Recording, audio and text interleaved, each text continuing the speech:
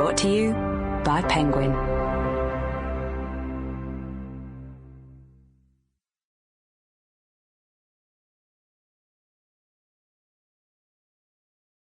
We Are Not in the World by Conor O'Callaghan, read by Sam O'Mahony. Wednesday.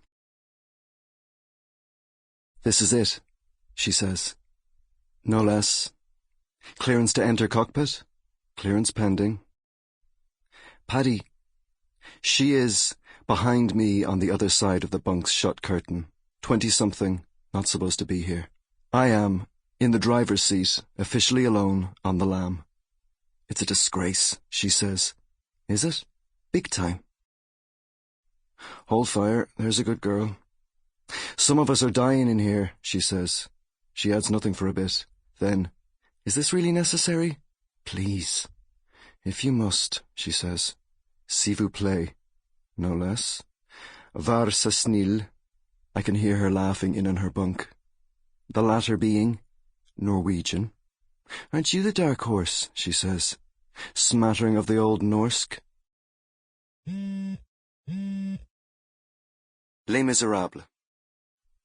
Who dat? She says. Nobody. Time does then what time always does. It passes. After time has passed, she resumes. And you know what else it is? I don't. It's like the confessional, she says. What is? This. This me this side, this you that side, and this thin veil between. She says those final 3 words like objects being handled with care. Someone else's property. Bless me, Father, for I have... Sinned? I have. You sure have, she says. And how long has it been? Since my last confession. Give it a shot. Ballpark figure. Oh, 30 years. Jesus. 30 years. 30 years and then some. Now that really is a disgrace, she says. It is. An act of contrition is sorely required. You have all the lingo, Petal. Amn't I blue in the face saying it? Chocks away. For real? Movement ahead.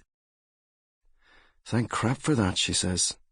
And when we're clear and hit open country, I can slip through. I see no reason. The relief, she says. But until such eventuality, I need to request. I sit tight and keep stum. Var så snill. Remind me? The cargo door opens. It opens incrementally. It falls forward away from us into foreign day. There are men down there, stevedores in high-vis and hard hats shouting to one another. I rotate the ignition to halfway to check for evidence of light. The instrument panel flashes and falls still. There are chains. There is shrieking of iron like gates of hell.